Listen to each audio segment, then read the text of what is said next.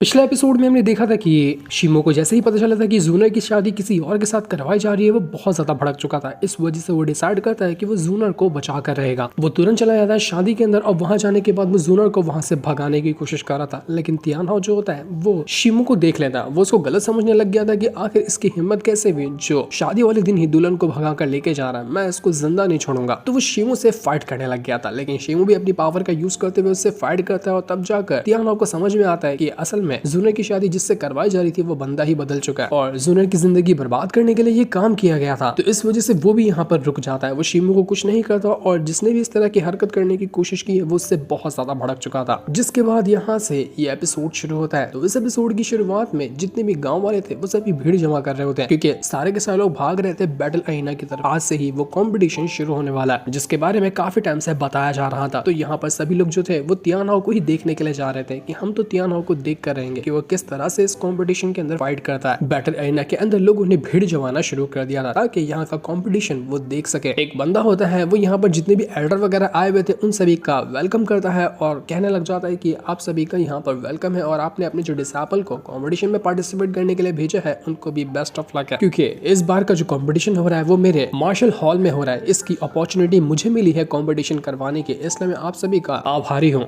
यहाँ के रूल जो है ना वो वैसे ही होंगे जैसे कि पहले भी हुआ करते थे। बैटल अरीना के अंदर आना है, लोगों को चैलेंज करना है और बैटल को जीतना है। एक कल्टीवेटर को तब तक जीतना पड़ेगा जब तक कि उससे चैलेंज करने वाले बाकी सारे के सारे लोग अपने कदम पीछे नहीं कर लेते। जब वो कल्टीवेटर आखिरी तक के बचा रहेगा वो ही यहाँ पर जीतेगा। कोई राउंड की गिनती नहीं होगी, बस जितने लोग उससे चैलेंज करते जाएंगे उसको हराना पड़ेगा। उम्मीद है कि इस साल जितने भी नए लोग यहाँ पर आए हैं वो अच्छे से प्रैक्टिस करके आए होंगे क्योंकि मुझे कॉम्पिटिशन के अंदर डिसअपॉइंटमेंट ना बिल्कुल भी नहीं चाहिए। मैं चाहता हूँ कि तुम लोग अच्छे से फाइट करो और दिखा दो कि तुम लोग कितने ज्यादा कमाल के और जी जान लगाकर फाइट करना। तो अब देखते ही देखते कॉम्पिटिशन शुरू हो चुका था। कुछ लोग आते हैं और यहाँ पर फाइट करने लग जाते हैं और बाकी के जो लोग थे वो उनको चीयर करने लग गए थे। यहाँ पर शुरुआत के कुछ मैच जो होते हैं वो काफी अच्छे चल रहे थे। कोई अपने स्वॉर्ड का यूज करता, कोई अपने अलग अलग तरह के वेपन का यूज करता और उसकी मदद से वो यहाँ पर फाइट कर रहा था। वो फैमिली का जो मास्टर होता है वो यहाँ पर शी फैमिली के मास्टर से कहने लग जाता है कि मैंने सुना है कि आपके फैमिली की कंडीशन कुछ ज्यादा ठीक नहीं चल रही है, काफी सारे आपके दुश्मन हैं जो आपके ऊपर घात लगाकर बैठे हुए हैं, क्या मैंने सही सुना है क्या? तो यहाँ पर जिन फैमिली का जो मास्टर था वो कहने लग जाता है सुना तो तुमने सही है, लेकिन इसका मतलब ये नहीं कि हम लोग यहाँ पर डर कर रहेंगे। हमारी इस तरह से तो बेइज्जती नहीं हुई ना कि शादी वाले दिन ही यहाँ पर दुल्हन को भगा कर ले गया गया, जैसे कि तुम्हारी फैमिली के साथ हुआ। बहुत बेइज्जती हुई है तुम्हारी, तो तुमसे तो कम ही बेइज्जती हुई है हमारी। तो वहीं शिमो जो था वो यहाँ पर जितने भी लोग फाइट कर रहे थे उस सभी के अटैक्स वगैरह, उनके मूव्स वगैरह को देख रहा होता है कि कौन किस तरह से फाइट करता है। सभी लोग के पास अलग अलग पावर थी, तो देख कर कहने लग जाता है शिमो की वाह बंदा तो कमाल के हैं इस बार के कॉम्पिटिशन में। तब वहाँ पर तियानहाओ भी आ जाता है। वो कहने लग जाता है शिमो से कि तुम्हें पता है ना हमारा चैलेंज क्या था कि तुम मुझसे फाइट करोगे, तो कहीं भूल तो नहीं गए? वही याद दिलाने के लिए मैं तुम्हारे पास आया हुआ। तब तियानहाओ को वहाँ पर एक बंदा दिखाई देता है जो कि काफी ज्यादा स्ट्रॉन्ग लग रहा था। तियानहाओ कहता है कि अरे मैंने तो उसको पहले देखा ही था, अब तो लगता है कि इससे भी चैलेंज करना पड़ेगा। पर तभी वहाँ पर यूनहान आ जाती है और वो यहाँ पर तियानहाओ को उंगली करने लग गई थी कि अरे तुम तो खाली इधर उधर मक्खियों जैसे देख रहे हो, क्या तुम्हारा कोई साथी नहीं आया? तो ये देखकर तियानहाओ को भी गुस्सा आ जाता है। वो यहाँ पर गुस्से में इसलिए था क्योंकि कई बार पिछले एपिसोड में भी यूनहान उससे टकरा कर उसका काम बिगाड़ चुकी है। तो शिमो कहता है कि ब्रदर तियानहाओ जरा ज्यादा गुस्सा मत होना, ये वुनहान ना ऐसी ही है, वो सब मजाक करती रहती है तो उसकी बातों को बिल्कुल सीरियस मत लेना। तियानहाओ शिमो से कहना चाहता है कि यार तुम बहुत अच्छे इंसान हो, मैंने उस टाइम तुम्हारे पर बिना मतलब के ही अटैक कर दिया। तुम्हें पता है मैंने जांच की और कंफर्म मिला कि वो फैमिली वाले ना सच में दूल्हे को बदल चुके थे। माफ करना मैंने बिना सोचे समझे तुम्हारे पर उस टाइम अटैक कर दिया था। लेकिन यूनहान गुस्से में शिमो को लेकर वहां से चली जाती है कि इस तियानहाओ से बात मत करना, ये अंधाधुन जब समझ में आता फाइट करने जाता है, देखता भी नहीं कि वो सही है या गलत है। तो तियानहाओ कहना चाहता है कि अरे यार अब तो माफ कर दो, गलती हो गई, माफी मांग रहा हूँ ना मैं तुम लोगों से। कोई भी अगर उस सिचुएशन को अपनी आंखों के सामने देखता ना तो उसको गलत ही लगता, तो मुझे भी वैसा ही लगा कि तुम सच में दुल्हन को भगा कर लेके जा रहे हो। तो मैं कोशिश कर रहा हूँ कि आगे से मैं तुम लोगों को बिल्कुल भी गलत ना समझो। तो यूनहान कहने लग जाती है कि अरे माफी भी मांग रहे हो तो इतनी इसी सादी सादी माफी कैसे मांग रहे हो, मुझे ये पसंद नहीं है। तुम इतने पावरफुल हो तो अच्छी तरह से माफी मांगो ना, तुम्हारी जैसी रूखी फीकी माफी से मैं तुम्हें माफ नहीं करने वाली। इसके बाद वो वापस से शिमो को ले जाने लगती है क्योंकि वो भी जाने वाली थी कंपटीशन के अंदर बैटल अरीना में। तो शिमो से कह रहा था कि देखो अपना ख्याल रखना, मैंने देखा है कि जितने भी लोग यहाँ पर अपना परफॉर्मेंस दिखा रहे हैं ना वो लोग काफी ज्यादा स्ट्रॉन्ग है, तो अपने आप को ज्यादा तकलीफ में मत डालना। तो यूनहान कहती है कि तुम्हें मेरी कितनी ज्यादा फिक्र होती है, मेरी फिक्र मत करो, मुझे कुछ भी नहीं होगा, मैं सबको सबक सिखा कर आऊंगी। शिमो भी वहाँ पर उसी बंदे को देखकर यूनहान से पूछने लग जाते हैं कि क्या तुम उसको जानती हो, ये वही बंदा था जिसको कुछ टाइम पहले तियानहाओ भी देख रहा था। तो शिमो उस बंदे को अच्छे से देखती है और कहने लग जाती है कि ऐसा कंफर्म तो नहीं कह सकते, लेकिन हाँ मैंने कुछ सुना तो है, इसका नाम ना फैंग है। इसे मार्शल हॉल का ही एक डिसाइबल है जो कि बहुत ज्यादा खतरनाक है। जब ये पैदा ही हुआ था ना तो इसकी जो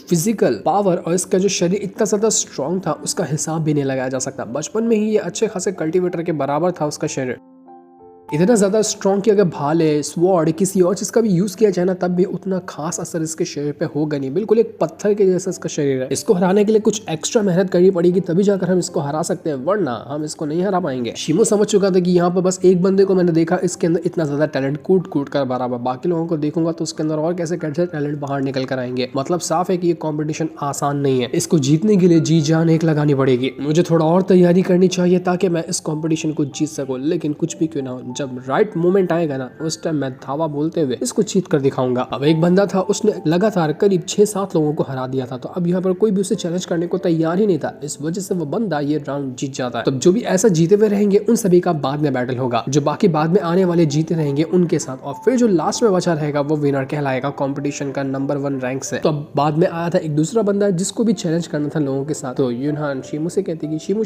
जाओ ना तुम उसके साथ फाइट करो। तो शिमू कहता है कि अभी रुक जा, अभी सही टाइम नहीं है, मैं बाद में आऊंगा जब कॉम्पिटिशन थोड़ा और इंटरेस्टिंग हो जाएगा। तो यहाँ पर यूनहान कहना चाहती कि अच्छा मैं समझ रही हूँ, मैं देख रही हूँ कि तुम किसी सही बंदे का इंतजार कर रहे हो जो कि तुम्हारी पावर से मैच करता हो। जब वो आएगा ना बैटल एरिया के अंदर तब जाओगे तुम उससे फाइट करने के लिए, वरना ऐसे लूजर को मारोगे तो तुम्हारी इज्जत तो नहीं बढ़ेगी, लोग तुम्हें कहेंगे कि अरे बचकाने को तो मारा है। तब जो अभी बंदा आया था उससे लड़ने के लिए वहां पर वो फेंग ही आ जाता है, जिसके बारे में तियाना और यूनहान दोनों तारीफ कर रहे थे। तब वो सीधा मैदान के अंदर आकर कूद चुका था उस नए डिसाइपल से लड़ने के लिए। शिमू हैरान कि अबे ये कैसे आ गया, ये तो कमजोर डिसाइपल से भी लड़ने के लिए तैयार है। ये तो अच्छी बात है कि इसकी कुछ और पावर देखने का मुझे मौका मिल जाएगा कि किस तरह के अटैक इसके पास है और किस तरह से ये फाइट करता है। लोग तो कहना चाहते हैं कि फेंग यहाँ पर इस कंपटीशन को ही जीतने वाला है। ये राउंड छोड़ो, यहाँ पर जितने लोग चैलेंज है ना, कोई भी इसको चैलेंज करते हुए इसको हरा ही नहीं सकता। इतना खतरनाक बंदा है ये। फेंग आने के बाद यहाँ पर सबको अपना इंट्रोडक्शन दे रहा था और अपने बारे में बता रहा था कि मैं कहाँ से आता हूँ, मेरी पावर क्या है और मैं यहाँ पर चैलेंज करने के लिए आया हूँ। तो सामने वाला बंदा जो था वो भी यहाँ पर उस फेंग के साथ फाइट करने के लिए तैयार था, लेकिन फेंग को पता था और बाकी लोगों को भी पता था कि सामने वाला बंदा नहीं टिक पाएगा, उसकी जान जा सकती है। सभी लोग तो एकदम एक्साइटेड हो चुके थे। वो कहते कि हमें देखना है, ये फाइट देखना है, हमें खून की दरिया देखनी है। तो वो दूसरा बंदा जैसे ही फेंग के ऊपर अटैक करने वाला था, फेंग तुरंत ही अपनी पावर को एक्टिवेट करता है। जैसे उसने अपनी पावर को एक्टिवेट किया, उसके अंदर से निकलने वाला और आप पूरा बैटल एरिना को शेक कर देता है। मानो कि उसके ऑरा से ही वहां पर इतना भयंकर भूकंप आ चुका था, उसको कुछ हुआ ही नहीं। उसका शरीर पत्थर जैसा, जिसपे किसी ना स्वॉर्ड का ना तलवार का किसी चीज का असर होता ही नहीं। उस सामने वाला बंदा पागल हो जाता है कि ये हो ही नहीं सकता, मैं अटैक कर रहा हूँ लेकिन इसके ऊपर मेरे अटैक पहुंच ही नहीं रहे, उससे पहले ये अटैक खत्म हो जा रहे हैं। आखिर कोई इंसान इतना ज्यादा स्ट्रॉन्ग, इतना अजीब स्ट्रॉन्ग कैसा हो सकता है। सारे लोग हैरान कि ऐसा कल्टिवेटर तो हमने कभी नहीं देखा था, कि ये इंसान है कि ये पत्थर है, समझ ही नहीं आ रहा। बाकी मास्टर जो अपने डिसाइपल वगैरह को लाए हुए थे, वो जो इस फेंग का मास्टर है जो कि ये कॉम्पिटिशन को करवा भी रहा है, उसको चिल्लाने लग जाते हैं कि तेरी तो तूने यहाँ पर इस तरह के बंदे को छुपा कर रखा। अगर बाकियों को पता होता कि ऐसा बंदा यहाँ पर फाइट करने के लिए आया तो बाकी लोग और तैयारी के साथ आते ना, ये तू चीटिंग कर रहा है, तूने सही नहीं किया ये करके। तो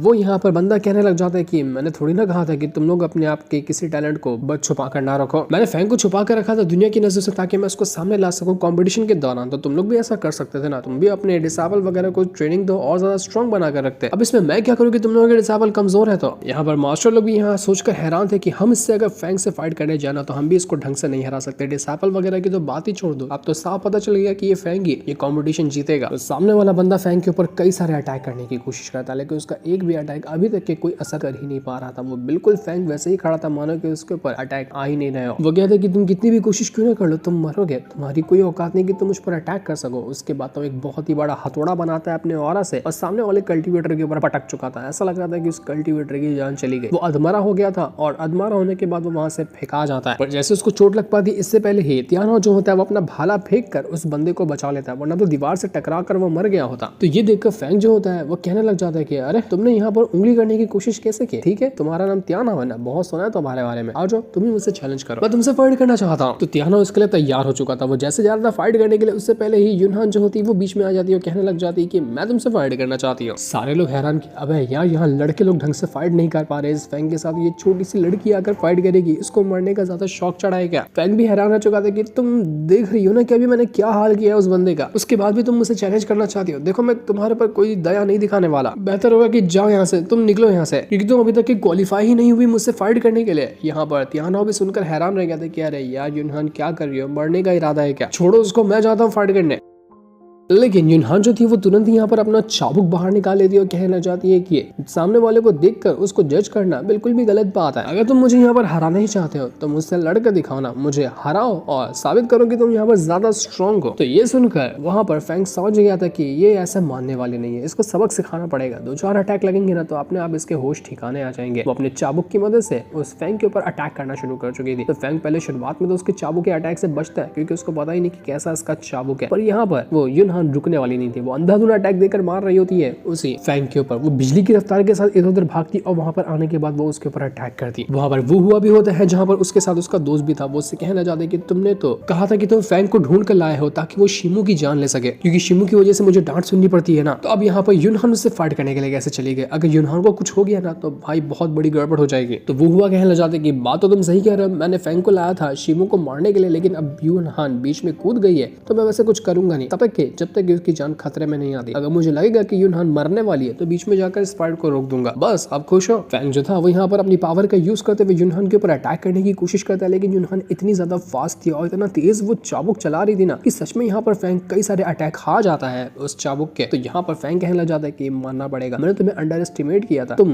मामूली नहीं हो, जितना उस कल्टीवेटर से मैंने फाइट की है ना उससे कमाल की हो तुम, लेकिन कोई फायदा होगा नहीं, मैं तुम्हें वैसे भी हरा सकता हूँ। वो तुरंत अपनी पावर का यूज करते हुए युनहान को जान से मारने की कोशिश में लगा हुआ था। वो कहता है कि अब तुम नहीं बचने वाले, अब देखा हूँ कि तुम मेरे सामने कैसे टिकाती हो, तुम रोगी और अपनी जान की भीख मांगोगी। वो अपना हथौड़ा निकालकर वापस से पटक चुका था युनहान के ऊपर। उसको लगा कि एक ही बार के अंदर युनहान मर गए, लेकिन युनहान तो उससे पहले ही वहां से निकल चुकी थी, क्योंकि युनहान के पास बिजली की रफ्तार जैसी टेक्निक थी। वो अपनी शैडो टेक्निक का यूज करते हुए एकदम फटफट बिजली की तरह इधर उधर भाग पा रही थी। तो इससे होता यह कि वो यहाँ पर चाबुक का पूरा अटैक देकर मार देती है उस फैंग के ऊपर, जिस वजह से चाबुक के अंदर बिजलियां निकलकर फैंग को अधमरा करते जा रही थी। फैंग की हालत खराब हो चुकी थी, लेकिन फिर भी वो रुकने को तैयार नहीं। वो वापस से अपनी पावर को यूज करता है और फिर से उस युनहान के साथ फाइट करने लग गया था। वो उसका चाबुक की पकड़ कर उसको घसीट लेता और घसीटने के बाद वो उसकी जान लेने की कोशिश कर रहा था। सारे लोग देखकर कहना चाहते कि गई, अब यहाँ पर युनहान नहीं बचने वाली, वो मरेगी। तियानहो भी युनहान को बचाने के लिए जा रहा था, लेकिन शिमो उसको रोक देता है कि तुम्हें जाने की कोई जरूरत नहीं है, मुझे भरोसा है युनहान के ऊपर कि वो इस चीज को भी हैंडल करने वाली है। और बिल्कुल यहाँ पर युनहान ने इस अटैक को भी रोक लिया था। वो तुरंत अपना चाबुक चलाते हुए फैंग को इतना मारती है कि फैंग यहाँ पर जमीन पे गिर चुका था और उसके ऊपर युनहान खड़ी हो जाती है अपना चाबुक लिए हुए, जहाँ वो तब भी रुक नहीं रही थी। उसका चाबुक ऐसा कि यहाँ पर वो चाबुक की पावर पूरी थंडर की पावर को क्रिएट कर चुकी थी, क्योंकि थंडर की पावर से उसका चाबुक बना था। तो आसपास का पूरा माहौल ही बदल गया, एकदम तूफान आने लग जाता है। लोग तो एकदम इंप्रेस हो चुके थे कि यार देखो तो जरा ये लड़की कितनी कमाल की है, इतने पावरफुल फैंग की तो धज्जियां उड़ाकर रखी है इसने। और उसके बाद तो युनहान अपना चाबुक का अटैक करते हुए उस फैंग को अधमरा कर चुकी थी। वो अपनी आखिरी सांसें लेने लग गया था, वो मर रहा होता है। तो युनहान कहती कि अरे फैंग क्या हुआ तुम्हें, तुम इतनी जल्दी मर रहे हो, मुझे लगा था कि तुम स्पेशल हो गए, तुम टैलेंटेड हो गए, तुम्हारे पास बहुत ज्यादा पावर हो गई, लेकिन तुम तो फुसकी निकले, मजा नहीं आया तुम्हारे साथ फाइट करके, तुमने सच में एक भी अटैक ढंग से मुझ पर नहीं किया। मानना पड़ेगा युनहान जो है ना वो मामूली नहीं है, बहुत ज्यादा खतरनाक है। आज पहली बार हमें उसकी पावर को देखने का मौका मिला जो कि सच में एक्स्ट्रा ऑर्डिनरी थी। लोग तो इतने ज्यादा इंप्रेस हो चुके थे युनहान से कि खाली उसकी तारीफों के ही नाम चल रहे होते हैं हर तरफ की, देखो एक लड़की ने इतने कल्टीवेटर स्ट्रॉन्ग वाले को हरा दिया। इसके बाद यहाँ पर युनहान जो थी वो कहने लग जाती कि क्या कोई और है यहाँ पर जो मुझसे चैलेंज करना चाहता है, अगर चाहता है तो मैं यहीं पे खड़ी हूँ, आओ मुझसे फाइट करो। यहाँ पर युनहान ने तो सोच कर रखा था कि तियानहो तू बचेगा नहीं, आज तो मैं तेरे साथ ही फाइट करूंगी, तेरी गेम बजा कराऊंगी, बहुत बेइज्जती की है ना तूने, तू आज बचेगा नहीं, अगर मैं तुझे नहीं भी हरा पाई ना तभी मैं तेरी हालत खराब कर दूंगी, ताकि उसके बाद जब तू फाइट करने जाएगा शिमू के साथ तो तेरी हालत पहले से खराब होगी, तो शिमू तुझे आसानी से हरा देगा। तो वो खुद ही यहाँ पर तियानहो को चैलेंज कर देती कि तियानहो मैं तुमसे चैलेंज करना चाहती हूँ, आओ जरा बैटल एरिना के अंदर मुझसे फाइट करो। तो सारे के सारे लोग यहाँ पर तियानहो से कहना चाहते हैं कि तियानहो तुम कमाल के हो, जाओ और दिखा दो उस युनहान को कि तुम कितने स्ट्रांग हो, हमें तुम्हारे पर भरोसा है कि तुम इस राउंड को जीतोगे। लेकिन तियानहो खुद अंदर से घबराया हुआ था कि यार एक तो ये लड़की है, कैसे मारूंगा मैं इसको, युनहान ने कहां लाकर मुझे फंसा दिया, जो मैंने शिमू को बिना मतलब के मारा था ना उसी का बदला लेने के लिए इसने पक्का मुझे चैलेंज किया, इसके अलावा इसका कोई ऐसा इरादा नहीं था मुझे चैलेंज करने का। तो जहां तक कि मुझे लगता है कि अगर मैं बैटल एरिना के अंदर गया और इस युनहान के साथ फाइट करने की कोशिश की ना तो मैटर जो है वो और बड़ा होगा, और जो दोनों की दुश्मनी उसकी और मेरी है ना वो और ज्यादा बढ़ जाएगी, बात बिगड़ने वाली है। मानता हूँ कि मेरी गलती थी, मुझे ऐसा नहीं करना चाहिए था, इसलिए मुझे भी मामला सेटल करना पड़ेगा। तो वो ना जाने का बेहतर समझता था। ये सुनकर युनहान कहने जाती कि अरे देखो तो तियानहो मुझसे फाइट करने के लिए आ ही नहीं रहा,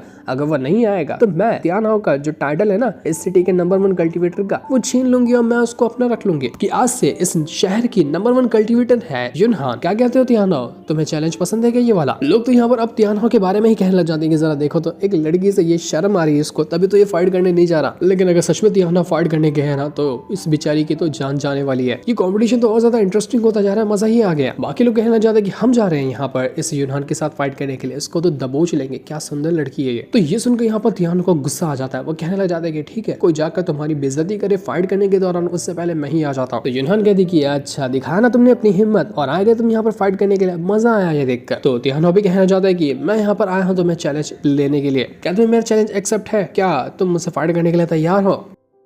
तो जैसे ही यूनहान हाँ कह दी है, वहां पर तियानो अपना भाला एक्टिवेट कर लेता है। भाला एक्टिवेट करने के बाद वो तैयार था यूनहान के साथ फाइट करने के लिए। उसने मन तो बना लिया था कि वो जानलेवा अटैक नहीं करेगा यूनहान के ऊपर। तो एक तरफ तियानो का भाला था, दूसरी तरफ होता है यूनहान का वो जो चाबुक है। वो दोनों के दोनों तैयार थे एक दूसरे के ऊपर अटैक करने के लिए। तियानो यहाँ पर यूनहान से कहना चाहते कि देखो, मैं मानता हूँ कि पिछली बार जो मैंने अटैक कर दिया ना शिमू के ऊपर गलती से, वो मेरी गलती थी। मैं उसकी यार कितनी बार माफी मांगू, अभी तक के माफ नहीं करोगी क्या मुझे। तो मैं यहाँ पर तुम्हारे पॉइंट से 3 अटैक करूंगा, अगर तुम मेरे तीनों अटैक को रोक गई ना तो उसके बाद तुम जीत गए। और तीनों अटैक भी जानलेवा नहीं होंगे क्योंकि मैं तुम्हारी जान लेना चाहता नहीं हूँ। तो ये सुनकर यहाँ पर यूनहान जो थी वो काफी ज्यादा गुस्सा हो जाती कि मुझे तुम्हारे कोई एहसान की जरूरत नहीं है, आओ मुझसे फाइट करो। तो दोनों यहाँ पर एक दूसरे के साथ फाइट करने लग गए थे। यूनहान जो था वो अपने भाले का यूज करते हुए उसके चाबुक को रोकने की कोशिश कर रहा था। उसके बाद वो यूनहान के ऊपर अटैक भी करता है। जैसे वो एक अटैक करता है, यूनहान दूर जाकर फेंका चुकी थी। तियानो के सामने उसका टिकना थोड़ा सा मुश्किल ही होगा और ऐसा साबित भी होता हुआ यहाँ नजर आ रहा था। लेकिन फिर भी तियानो ने उतना ब्रूटल अटैक नहीं किया था। तो ये देखकर यूनहान जो थी वो काफी ज्यादा गुस्सा हो जाती है कि मैं रुकूंगी नहीं, मैं और भी यहाँ पर तुम्हारे ऊपर अटैक करूंगी। तो तियानो कहता है कि चलो ठीक है, तुम एक अटैक मुझ पर करके दिखाओ, अगर तुम्हारा एक अटैक मुझे लग गया ना तो मैं यहाँ पर अपनी हार मान लूंगा। तो ये सुनकर वो जो यूनहान थी वो तुरंत अपना भाला एक्टिवेट करती है और वापस से जा चुकी थी उस तियानो के साथ फाइट करने के लिए, ताकि कम से कम एक अटैक तो वो उसको लगा सके, जिसके बाद तियानो ये राउंड हार जाएगा। लेकिन तियानो के करीब भी जा पाना उसके लिए बहुत ज्यादा मुश्किल था, वो उसको नहीं मार पा रही थी। वो अपना चाबुक भी यूज कर लेती, उसकी सारी पावर को एक्टिवेट कर चुकी थी, लेकिन फिर भी उतना कुछ खास फायदा होता हुआ नजर नहीं आता। लेकिन तब जैसे उसने अपने चाबुक को अच्छी तरह से एक्टिवेट किया तो आसमान का रंग बदल जाता है और आसमान से बिजलियों की बारिश होने लग गई थी, ताकि वो अटैक सीधा जाकर तियानो के ऊपर लग सके। तियानो भी घबरा जाता है कि भाई साहब ये कैसा अटैक है। लेकिन जैसे वो अटैक उसको लगने वाला था, वो अपने भाले की पावर को एक्टिवेट करता है और इस अटैक को रोकने के लिए वो तैयार था। दोनों की पावर आपस में टकराती है और बिल्कुल यहाँ पर यूनहान जो थी वो हार गई थी। वो दूर जाकर फेंका चुकी थी, लेकिन उसको चोट लग पाती इससे पहले ही तियानो जो होता है वो तुरंत वहां पर जाता है और उसको गोद में उठा लेता है, जिस वजह से यहाँ पर यूनहान की जान बच चुकी थी। सारे लोग कहने जाते हैं कि अरे वाह, देखो देखो क्या रोमांटिक फाइट थी, ये देखकर मजा ही आ गया। लगता है कि तियानो को उसकी बंदी मिल गई, दोनों के बीच में कुछ ना कुछ तो चल रहा है। क्या ही मजेदार ये सीन था। अब तो इधर ही शादी हो जाए तो और मजा आ जाएगा। शिमू को भी अंदर से खूब हंसी आ रही थी, वो अपनी हंसी बर्दाश्त कर रहा होता है। तियानो यूनहान से कहता है कि